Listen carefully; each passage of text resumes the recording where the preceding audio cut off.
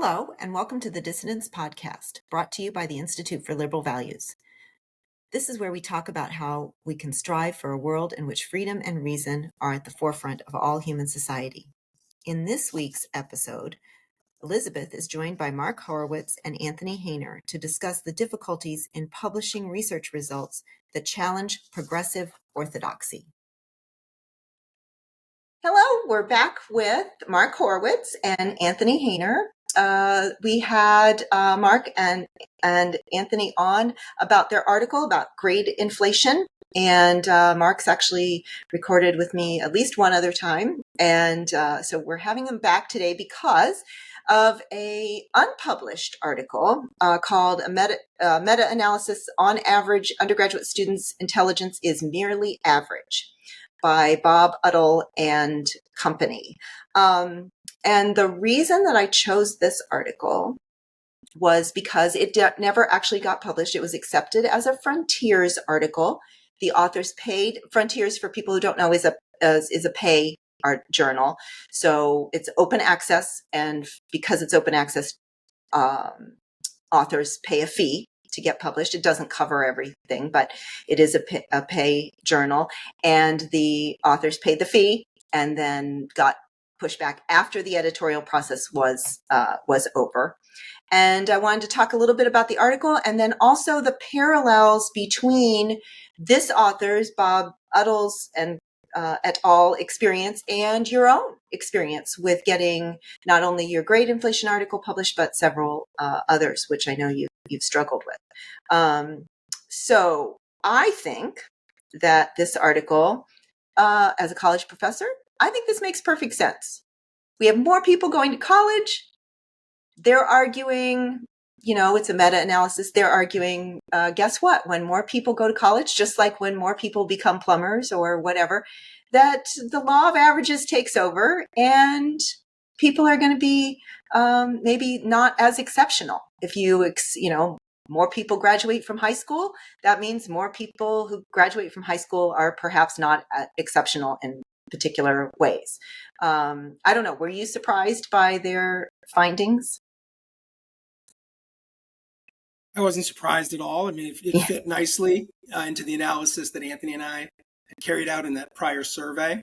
I looked at the data from the paper. It says that in 1940, 10% of people getting a college degree. Now it's up to over 60, getting at least 1 to 3 years of college. So that's such a huge shift. The idea that there wouldn't be more people of average intelligence coming to college is implausible. So really what's interesting is the rejection. And that's what stood out to me, was that it was actually accepted by Frontiers, a formal acceptance, and then it got reversed. So it brought up many of the themes that Anthony and I hit on in our prior higher ed piece, which at the end of the day, we're talking about something that makes left liberal intellectuals uncomfortable. Even the very idea of intelligence is something that we get uneasy because it chokes against a kind of egalitarian worldview that many left liberal intellectuals have. We're all equal. If we all work hard, we can all succeed. And if there's any limitations to people's success, it has to be some sort of external constraint, some power relationship. The idea that it would be intrinsic, having to do with a core nature of their ability, really unsettles us. And that seems to be what happened. I would add briefly that the tone probably could have been written a little bit better by the lead author. You might have had a little less opposition. But again, it got accepted. I thought the tone was okay. It's a disturbing manifestation of a larger problem of cancellation that we see across the culture. Were you surprised at all, Anthony, by their findings? Well, what's been getting a lot of attention recently is the experience of first-gen students. So I really think part of the pushback against that study was this sense that higher education, colleges and universities have been including groups that used to not go to college. So you're talking about by class, certainly, and to some degree by ethnicity also, and maybe other factors. And so I think progressives who read the study or reviewed it, I think their reaction was, what are you saying? That the people we're taking in are less smart than the people who used to go to college? I think that's how they decoded the study in their own mind through a progressive lens. And I don't think the authors really didn't go there. Right. But I think that's what they were reading. That's what they were hearing. That's what was resonating. I think, right. And they didn't react well to that. Yeah. When you give more people opportunities to participate in activities that they've maybe not, when, it's like, we're giving you an opportunity to excel, so y'all come, right? It's going to, there's naturally going to be some people who show up for college who are, underprepared, and who have poorer abilities coming, or, skills, poorer training. It doesn't necessarily have to be IQ. There's, a whole myriad, of, like you said, Anthony, first generation college students whose parents haven't even, they're, have no idea how to help them sort of, prepare for college. Way more students now going to universities, that are, as you pointed out in some of your in your previous work, sort of this broke, woke, stroke kind of thing. More universities wanting butts in seats, right? And sort of, encouraging us as professors to inflate grades, whether that's, explicit or implicit sort of pressure, peers, from above and from, the students themselves, the sort of this wokeness idea that we, that it isn't enough to offer people an opportunity. We also have to ensure their success. We have to meet them where they are at all times. And then the stroke part, this sort of, I feel like there's this offense at the idea that we might be average. I mean, I got news for you. We're all average in lots of ways, I wasn't surprised either. I mean, look, we've been hearing for a long time. This is the argument against testing, right? Against, like, in Massachusetts, we have the MCAS, the test that they have to take in order to graduate from high school, to get their diploma. And people keep saying, oh, well, it's not predictive. It's not predictive. Doing away with the SATs and the GREs and that kind of thing, for colleges, they were saying, oh, well, they're not that predictive. Well, when everybody's getting the same grades, of course the tests aren't predictive, so again, an average intelligence isn't sort of an average isn't predictive of doing poorly in college, because nothing is predictive of doing poorly in college except basically, like, truly not showing up at all. So I think we could make an argument that it's totally awesome that average people are going to college and getting exposed to at least some ideas that they wouldn't have been exposed to before. I don't think there's any like great harm in that, although they're giving up the opportunity cost, right, of making money during that time period. Everyone is, not just the most brilliant, but also the not so brilliant. I get back to the first gen. Yes. Do that, but with the if you use the term massification of higher ed, more and more groups being included, right, within higher ed. It's one thing to say, well, they may be unprepared, but for class reasons, they may be the sons and daughters of recently arrived immigrants and so forth. It's one thing to say they're unprepared, but then I think what progressives are seeing, where they respond very negatively, is to link that to IQ, though. Mm-hmm. That with these new arrivals, that's like suppressing the IQ. Now, I'm not saying that's what the authors said, but I think the people reading the article, that's where they're going. Do you agree with that? Well, I would add to that. Yeah. Just homing in again on the woke stroke dimension of our triad. and the Brooklyn College statement that we discussed in the last podcast. The president of Brooklyn College releasing a statement to the effect that if faculty have disparities in their, fail rates by ethnicity or that or too many D's and F's, right, and grading disparities, that they would need professional development of one sort or the other. So sort of undergirding this idea is this deep, I think, emotionally driven commitment that everybody's equal in ability, and any evidence to contrary must be the problem of the faculty member. And so there's a deep, deep sensitivity about these kinds of disparities and the roots of these disparities that I think a lot of liberal intellectuals resist pretty strongly. And it's hard to have an open and honest conversation about it. One of the things that frustrates me, and I probably will all relate to this, is how all of a sudden, when you make claims that run counter kind of the egalitarian orthodoxy, that's when the threshold of like methodological rigor just gets amplified dramatically. I mean, if you make a statement that coincides with orthodoxy, I would personally say, and I don't mean to slam my entire field, but there's absolutely just the most shoddy research that gets published without a question if it fits.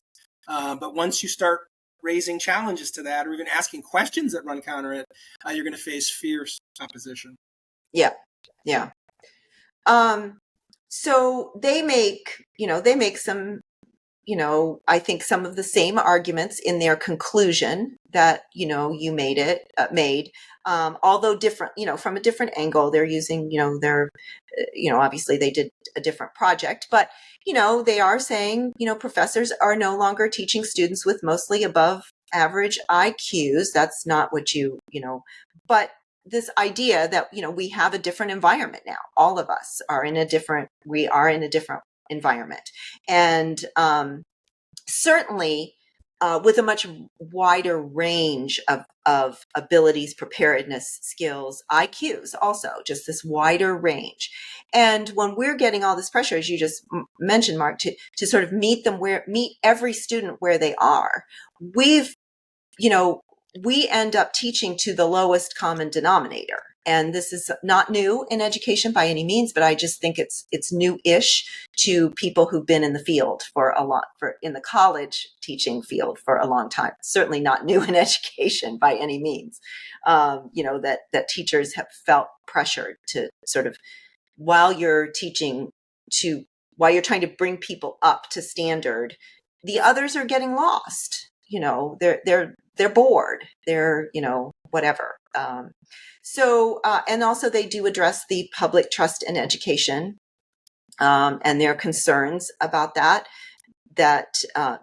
you've also raised in your research, and in our previous podcast, and the sort of that college is losing its value and prestige for employers, and that kind of thing. So, I think that there's nothing like terribly new here. What's disappointing is, especially, you've mentioned this before, like your article on grade inflation hasn't really been getting much traction, and then here we have this one that didn't get published at all.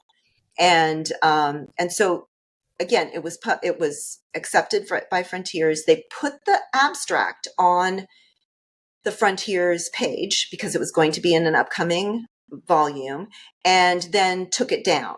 And so the only way that this is available is really through the author who posted this out of frustration.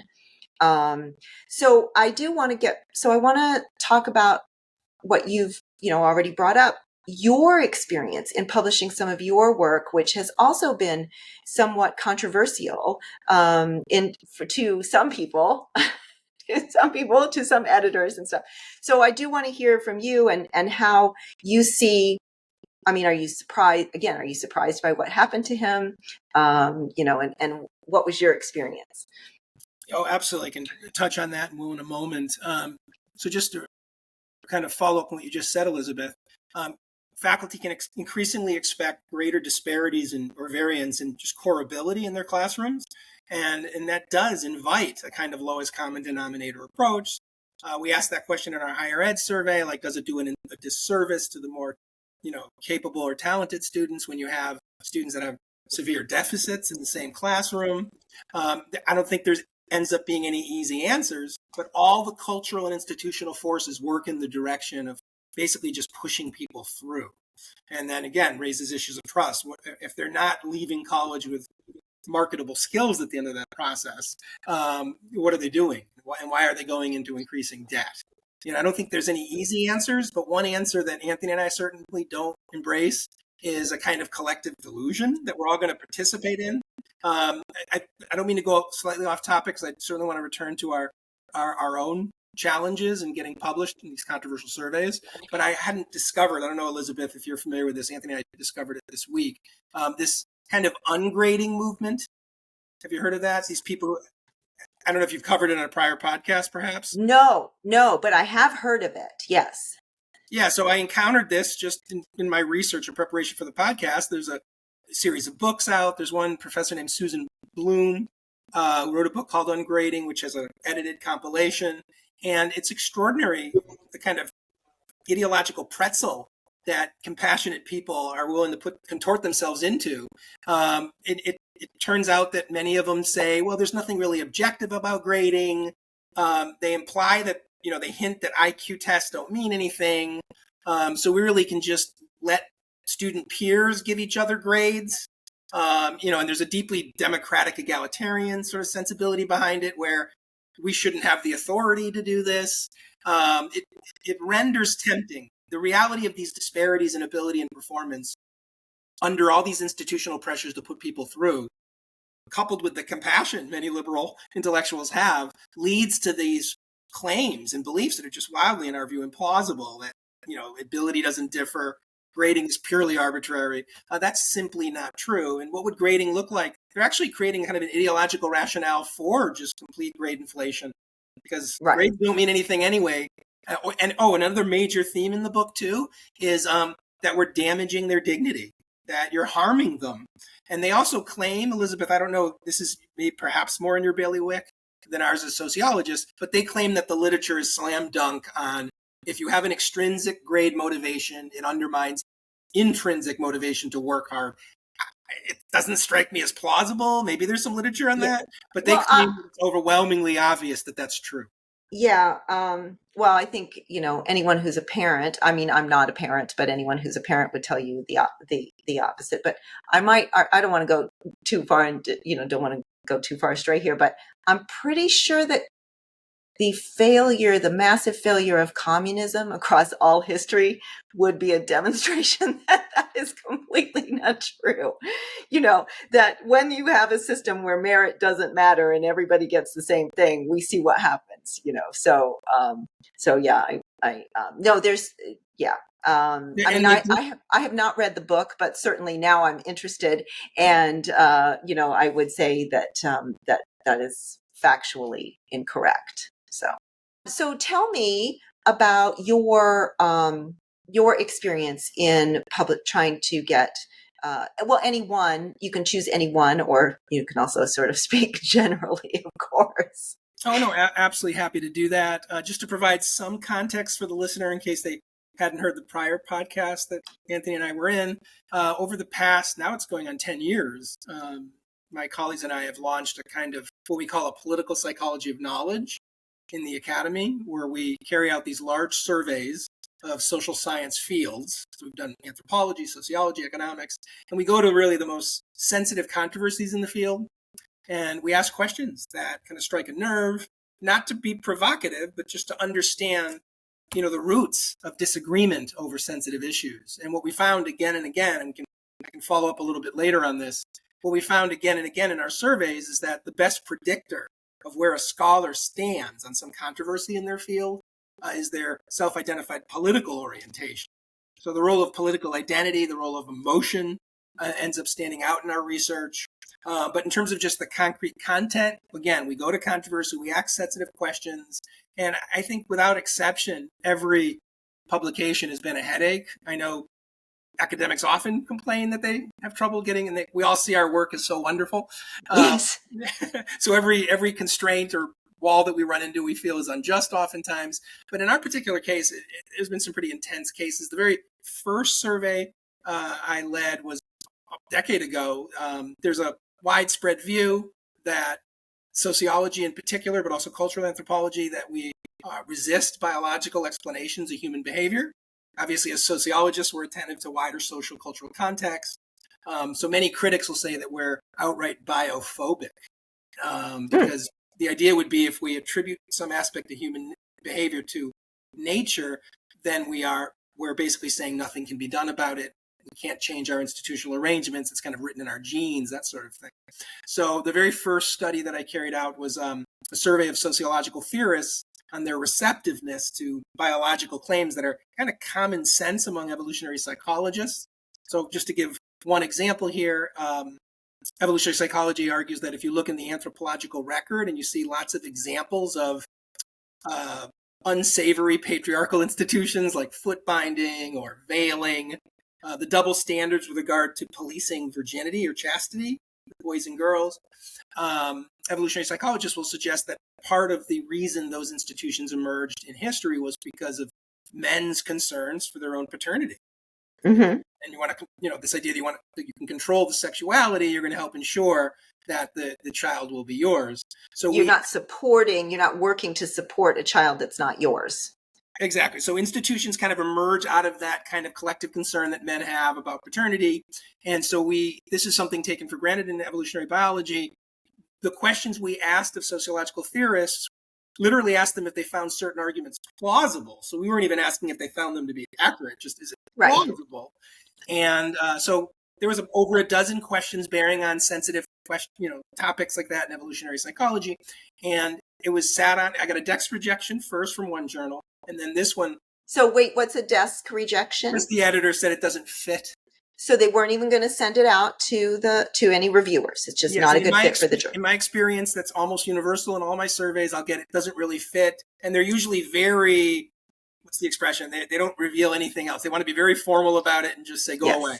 Yes. But then when we do get it sent out to reviewers, then it's also its own drama. But in this particular case, after numerous emails over 6 months, I got nothing. It was getting frustrating. And then finally, at the end of 6 months, the editor, in a kind of embarrassed spirit, just said, how can you possibly say that, the reason patriarchy exists is because it's in biology? I can't have that view endorsed. And I said, well, we're not saying that. We're simply asking whether biology could be a component. Again, this confusion between asking a question and affirming the question, which speaks to larger issues of platforming. Are certain conversations just out of bounds in terms of the moral nature of social science?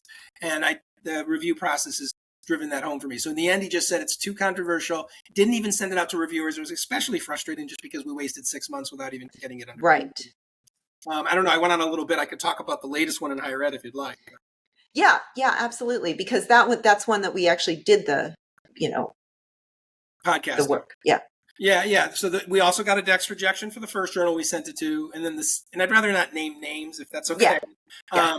So the second journal where we faced an outright rejection after the peer review process was especially frustrating because for those who read the paper, and obviously I invite the listener to take a look. It's called Undeserved Grades or Underserved Students. Higher Education, Politics, and Economics, I think is the name of the journal. We're at pains in that paper to stress throughout that the forces affecting higher education go beyond the agency of both faculty and even administrators, that these are larger cultural and institutional forces that we call broke, woke, stroke, and it's driving down standards just because standards threaten the profitability of an institution that, like you said, Elizabeth, needs butts and seats. If there's disparities in performance, again, it hits on our sensibilities with regard to equity. And we also compassionate with a student debt regime. We know that failing students has dire consequences for their lives, right? We also kind of know that they'll figure out a way to get through anyway if we fail them. So they'll just go to another section. They'll figure it out. Yeah. So anybody who spends a minute reading our paper will see that we're deeply compassionate. And we find our core argument is structural. And yet the reviewers, it's called us tendentious, ideological, blaming liberal faculty. I mean, the exact opposite. So in a little bit of a tug of war with the editor, but he had already made his decision, so it was kind of irrelevant. I basically just said, I don't know how that interpretation could have been made. We couldn't have been more explicit about it. And another reviewer said, well, you really shouldn't be injecting your own normative position. And what I find amusing, going back to an earlier point I made, you can find in social science journals enough articles to stack the moon that bring in their own normative position, as long as it aligns with the dominant view. We make a variety of claims in that paper that run counter the dominant view, the egalitarian view. We do not believe, for example, that standardized tests are racist. We don't believe, we have a question about whether marginalized students of color, because of the racism of professors, marginalized students of color have to work harder to get the same grade as white students.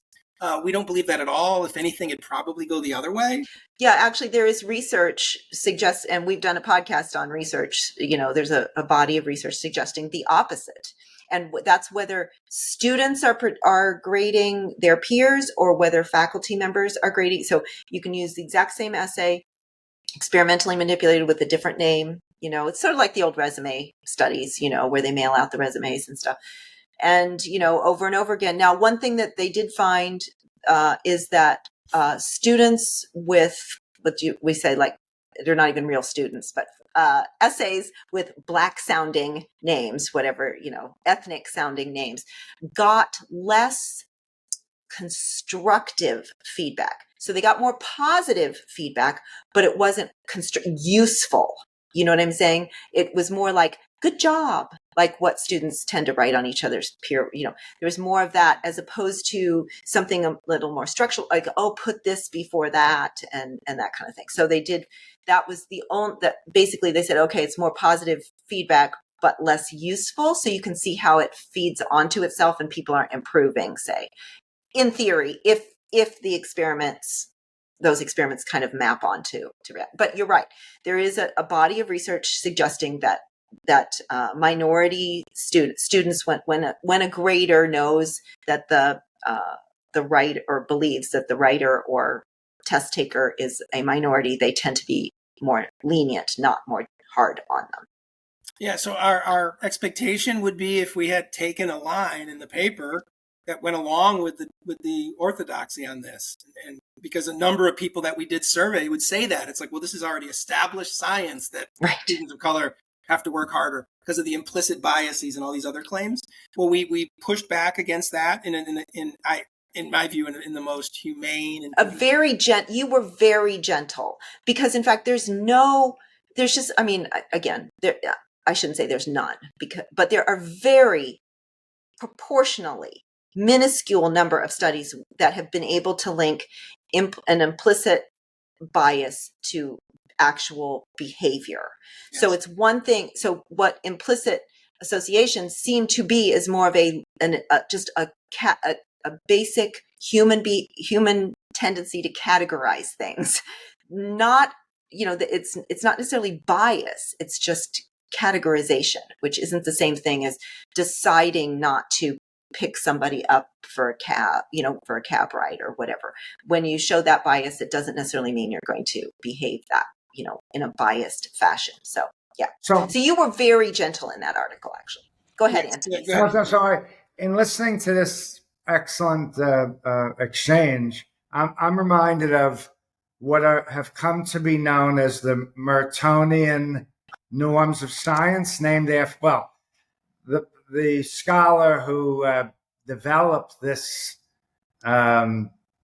list of norms, Robert Merton, famous sociologist of science. So he talks about communalism. I don't know if these are controversial or should be controversial. Scientists shall share their discoveries publicly. Second is universalism. Everyone can do science regardless of their positionality, right? Disinterestedness. Scientists should work only for the benefit of science. And then organized skepticism. Acceptance of work should be conditional on assessments of its scientific contribution objectivity and rigor.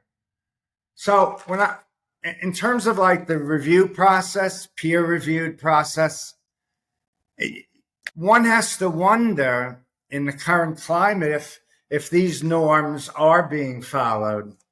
Right. So basically, you have in certain fields like Mark's field and our field, sociology, heavily progressive. You're going to have overwhelmingly progressive reviewers, right? So I really think their positionality creeps into the evaluation of work submitted for publication, and I think many of them have more political agendas than just simply working for the benefit of science. And one has to raise the question whether the work is being judged on the basis of scientific merit or ideological merit. So what is it being judged on? I think Mark's chronicling of our experience, I think, supports, or at least raises questions as to what the criteria of assessment, what criteria of assessment is being applied. And one could, Yeah. it doesn't seem to be the Mertonian norms. No, it does not. It does Okay. not. And if your so-called settled science, as Mark was saying, if your settled science is so fragile as to, if it's going to break down at the slightest challenge, then maybe it's not so settled. It's, so yeah, this fragility extends not just to the students but to the science. It's like, we have to we can't go there because if it can't withstand some questions, as this idea of, anyone can do science, regardless of their positionality. I mean, yeah, anyone can if they follow the scientific method, right? And if you do good science, you follow your research methods training, you can do good science regardless of and I would argue, better science, right? I mean, that's our job when we're teaching our students, to always say, that you have to consider the opposing view in part of, that's what we teach them in basic hypothesis testing. So I agree with Anthony. It seems like they've forgotten their training. The editors, some of these, the critics have just forgotten their basic skills in research methods and design and editing and stuff. I don't know. Yeah, and not to be unduly pessimistic, but the takeaway from all the surveys that I've helped carry out isn't very optimistic about the prospect that we can return to those Mertonian norms, that we learn that we're supposed to put aside our values. It's like lesson 1 in any research methods class. And yet when it comes to practice, when we actually ask researchers about claims about the world that run counter the orthodoxy right now, the opposition is overwhelming. So just to return to our experience, we were told we were tendentious and arrogant and belittling, which anybody who reads the article would find that not to be the case. We were also told that there's no place for us to give our opinion on these things. We should have just reported the data and then did a separate opinion piece. But again, I'm just going to drive home this argument. Had we parroted the taken for granted view right now, if we had come in and said standardized tests are biased and, the students of color are, because of the implicit bias of professors are reinforced systemic racism, I honestly, the paper would have sailed through publication, and that's another dimension to this. These are far from settled claims that we live in a white supremacist society and higher ed is white supremacist. And that's why we have these disparities by race, for example. And that is certainly not a taken for granted truth. That is open to lots of contestation, but it wouldn't raise a critical murmur if that had been our point of view in the end. So I guess the takeaway point for me is moral objections to particular claims, oftentimes consciously or otherwise, get presented as methodological kinds of opposition that reviewers will have. And It wouldn't surprise me if editors who liked a piece might even choose reviewers that they know would be more ideologically congenial if they wanted to publish it. And then if they were afraid of the piece because of the mob backlash, they'll go out of their way to find reviewers who they know would be, inhospitable to the claims in the article. So notice how none of this strikes me as Mertonian. It strikes me as political, fundamentally. And then the only ultimate way I think to combat it is to have a peer review process that really does value the process. And to me, Elizabeth, if this is overly, or Anthony, overly simplistic, let me know. Well, why can't journals just decide to have a policy, except in cases of egregious malfeasance, of no retraction? If there's a mob reaction, invite people to come in and why is that difficult to do? Like, we have a no retraction policy. We recognize the peer review process is not perfect, but it's the process that we have. And when we do encounter an article that faces opposition, our policy is to invite people to come in and give criticism of the article. Right. Am I overly simplistic in thinking that seemed to be a solution that journals across academia ought to embrace? It doesn't seem like it to me, but if we go to the psychological science example, that's kind of what they were trying to do, right? They were trying to set up an entire journal issue that would have a sort of article of focus, and then responses, commentaries, and then the main article author would then gets the final word, usually in the order of presentation.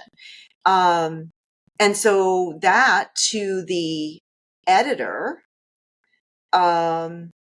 seemed like exactly what you were describing, and it didn't work out. He got fired in 3 days? He got fired.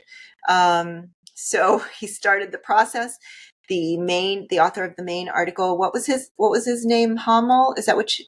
Yeah, it gets confusing because Hamel was commenting on a prior article by Roberts. Yes. That talked about racial lack of representative or representation within the field of psychology. So Hamel made this critical piece. Even though Roberts had been invited to make comment, he felt the process wasn't fair. And then it ultimately led to this editor getting fired for doing this. Why not just have open conversation, invite Roberts and other people that are sympathetic to Roberts' view to come in and chime in? There's so many solutions beyond mob elimination of positions and cancellation that just seem obvious to me. So who knows, maybe the zeitgeist will start to move in this direction. And I don't know, are we starting to chip away at wokeness in the culture? I don't know, perhaps. Where the dialogue breaks down is that if there is a sincere attempt to advance science in the spirit of the Mertonian norms, right, the pushback usually takes the form of sort of a ideology critique. Well, you're saying you're neutral and objective, but you're really putting forward your own ideological defense of the status quo, power differences. So I don't know where that seems to. I don't know. That doesn't lead to a productive dialogue if that's the form that the attack takes. But I think we could certainly defend ourselves in saying, right, in the sense that we were trying not to be ideologically driven and in terms of the questions that we raised or the research we conducted. But that's usually that's the attack. We're ideological. Right? Yeah. And there's a sort of a moral kind of tone to this stuff, that you're sort of immoral,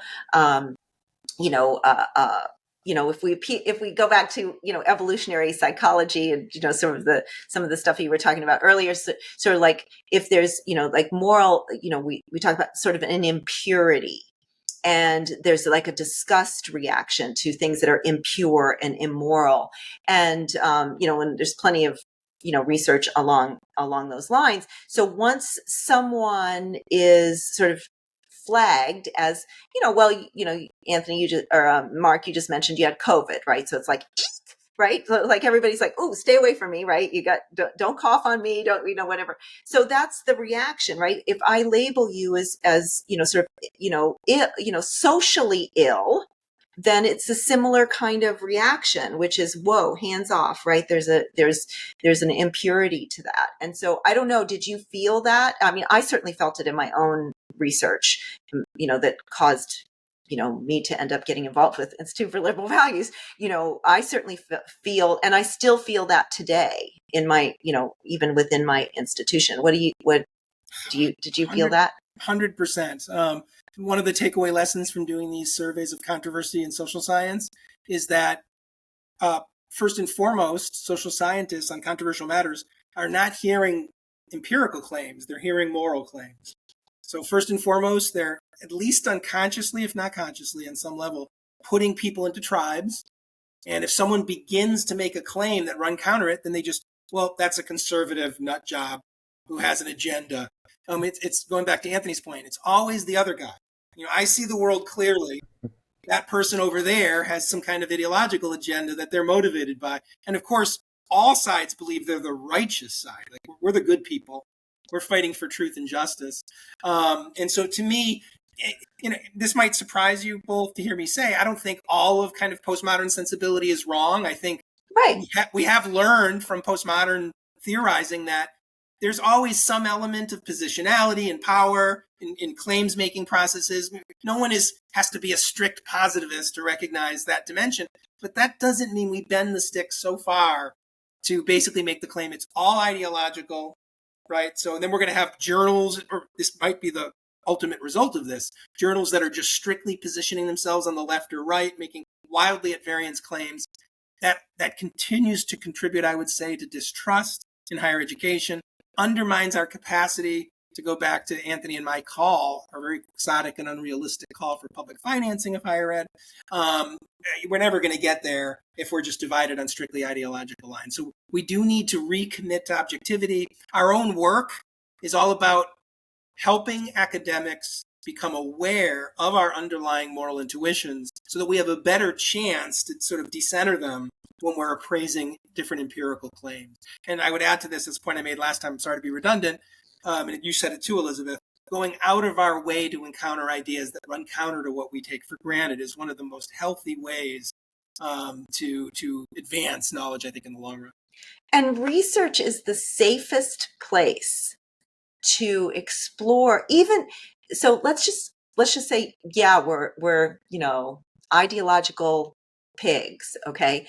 Like, how would we explore this side of certain of certain?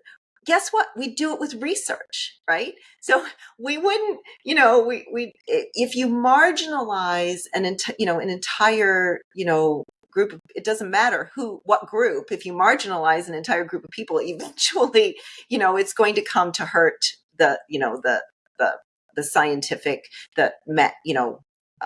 our fields. It's going to harm college education. And I never had thought until you mentioned it, this like division. But if you think about this is what's happened to media, right? So there's right-wing media and left-wing media, and there's and look at even social media, right? So you do Rumble? Are you accessing this on Rumble? Or are you accessing this on YouTube? And are you are you on the Discord server? Are you on Locals? And are you on this and that? And these kinds of divisions in social media. I mean, can this be far behind in academic journals? I hope I hope that that's not so. But if we look at what's been going on, I wouldn't be a bit surprised. And I never thought about it. And I think we need to be on alert for this. And your last piece, which on the dating. You published that actually in the Journal of Controversial Ideas. So, and you did mention that you didn't try to publish that elsewhere, but just remind people what that was about and tell me why you went to the Journal of Controversial Ideas. Yeah, I mean, it's the most combustible issue, I think, in social science today bears on anything connected to racial disparity. And so a widely observed phenomenon with the rise of online dating are the disadvantages that Black women and Asian men face. And a book came out a number of years ago which made the claim that all of these disparities can be explained by racism and power. And it struck me as wildly implausible. And there's many reasons why particular racial ethnic groups would do better when it comes to getting contacted on online dating sites than just racism. I mean, there's cultural affinity, for example, between people. So many other reasons. It's again, super controversial. Is it Asian women, for example, the data suggests are perceived as the most, or East Asian women are perceived as the most attractive racial group when you do mass surveys. One of the co-owners of OkCupid released a book called Dataclysm on making these claims as well. And he was literally OkCupid guy, so he had access to all the data showing this to be the case. And so what these sociologists that I critique in this piece were claiming would be, well, it's all about stereotyping and everybody's perceived a certain way. And I came in to say, well, maybe perceptions reflect reality. And when I turned to the literature, I discovered that there'd been a long tradition showing that the neotenous features of Asian women, where they kind of preserve youthful look later in life, wide eyes and small, the round faces. Yep. All those reasons bear on the perception of attractiveness. So I just injected some kind of biological common sense, but I knew that this would never get published anywhere. So Journal of Controversial Ideas was the one place I thought it had a chance. And I thought the review process was fair. They certainly had a mix of reviewers, some from a kind of blank slate standard social science model view that just tested it, another that was celebrated it. And I should say that too, Elizabeth. One of the funny things about doing research on controversial ideas is how editor and reviewer dependent the success has been. I literally have had outright hostile rejections across the board in one journal, and then a celebratory, this must get published yesterday, response in another journal. It's like, is this the same paper? And it just shows you, again, the role of ideology and how significant it is. And I just don't think we should be tempted to form these little silos, ideological journal silos. I think we need to go out of our way to be continually inviting scholars that take a different point of view. My take on political psychology today is that we know that we're righteous creatures. We know that we're tribal creatures. Human beings get a high on forming little moral communities that feel better than the other community. Given that we know that, the best antidote would be to go to the people who you most detest and invite a dialogue with them. That to me is what Anthony and I know with Heterodox Academy, Elizabeth, that we're all members of. This is the kind of cultural and psychological, really, social psychological move that we're making to try to help forge a healthier civic culture as well as advance scientific knowledge.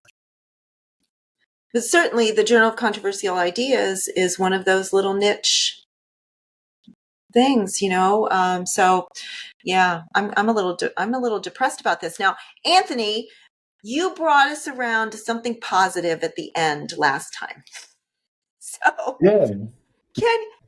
last time we ended on an uplifting note. So I'm wondering if can you wrap us, can you give us some uplifting perspective on this as we kind of maybe start to move towards ending our conversation? Do you have something uplifting and positive? One thing I don't think we got to. I don't. We can't go into detail on it. The whole Roberts case stands, but one big issue that raises for me is this claim, which I take seriously, that somehow there have been certain voices have been absent from various disciplinary conversations and disciplinary research. So I think that takes two forms, right? Either the people doing the research have been mainly white, male, European, but also the subjects of the research, like who's being surveyed, they tend to be skewed in a certain demographic profile. So I don't know, is there any merit to that claim? Is that being corrected? Yeah, so interesting. Yeah. One thing I would say about that, well, a couple things I would say about that. So Yeah. I used to be an institutional review board chair for like 10 or 11 years. Okay. And, and there are, guidelines, federal guidance that says, we need to, we do need to do a better job of enrolling, more diverse participants and stuff. Now, how much but we can talk about this, like, where do we come down on surveying? And let me give you an example. So, well, let me start with, like, obviously in healthcare, right? We studied white men for, eons for things that we thought were going to do good. And then we studied, uh, at-risk populations for things that we thought might harm people, right? So there's plenty of bad history, there. But let's just focus on, the kinds of things that, where we might do like a little experiment in a psychology or sociology lab, or where we might, survey people.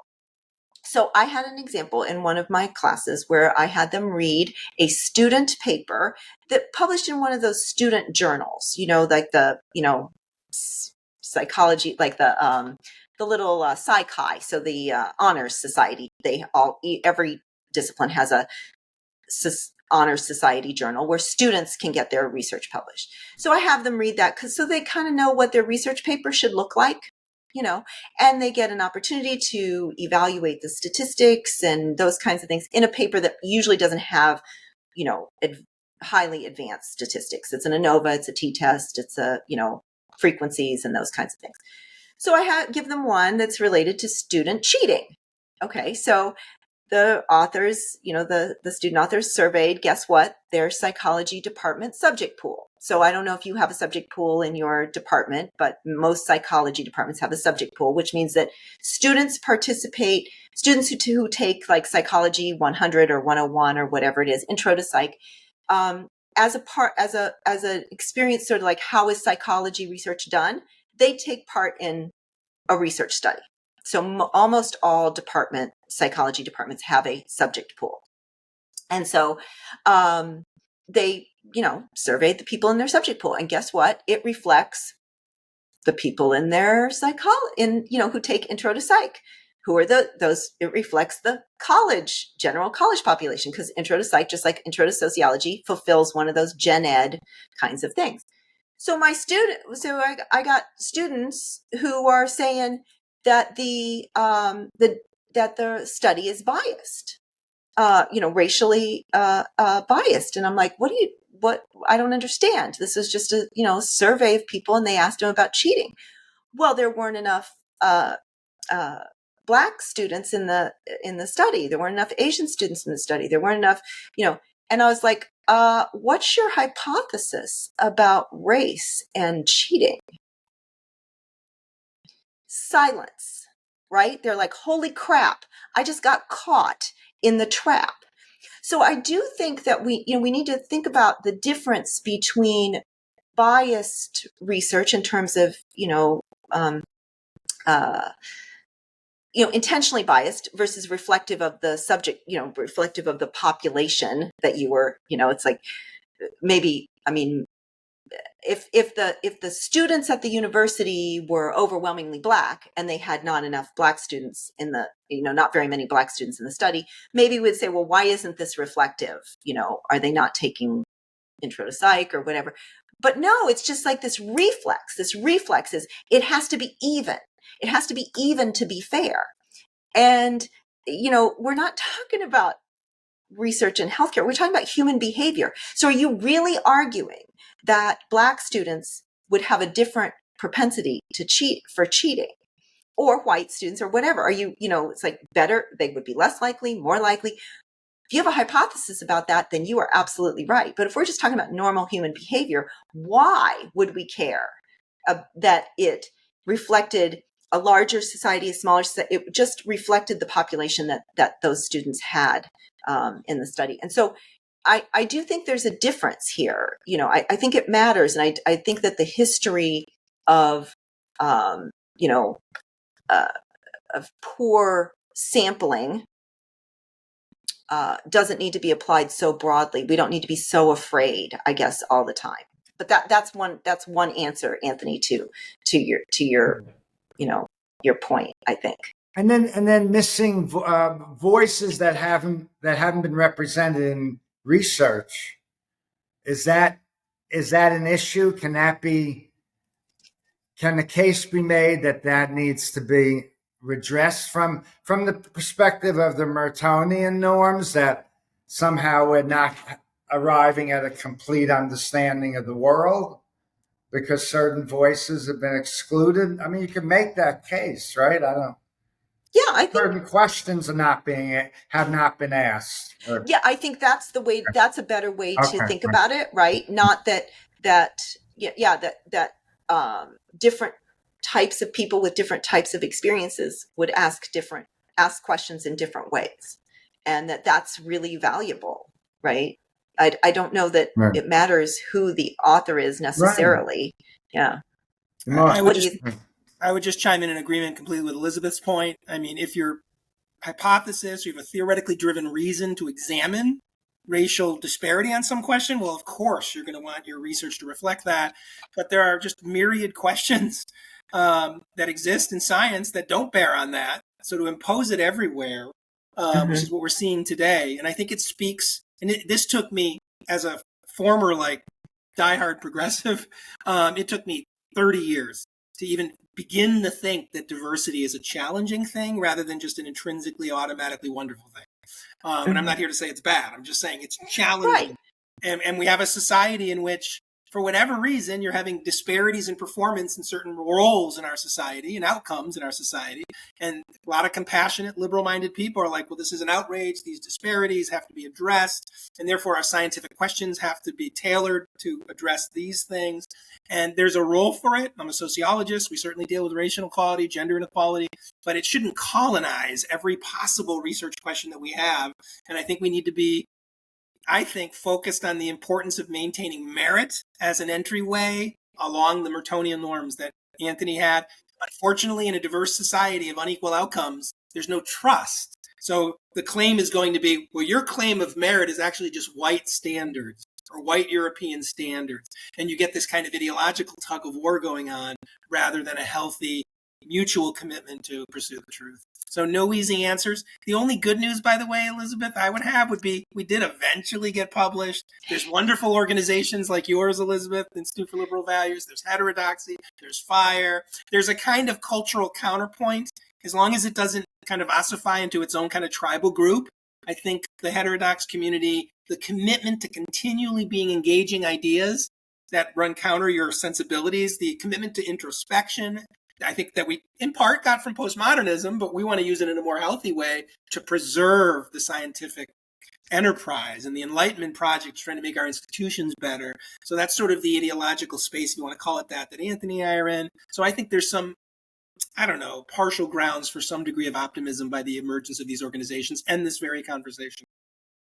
I think one way of just summing this up is that I think our concern is that the equity agenda is driving a lot of the science, and so I think from a Mertonian and sort of universalistic perspective, that should sound warning bells, right? So I just think we need to interrogate in a charitable way people whom we think are doing that, lapsing into that, and say, is this leading to the best science of which we are capable?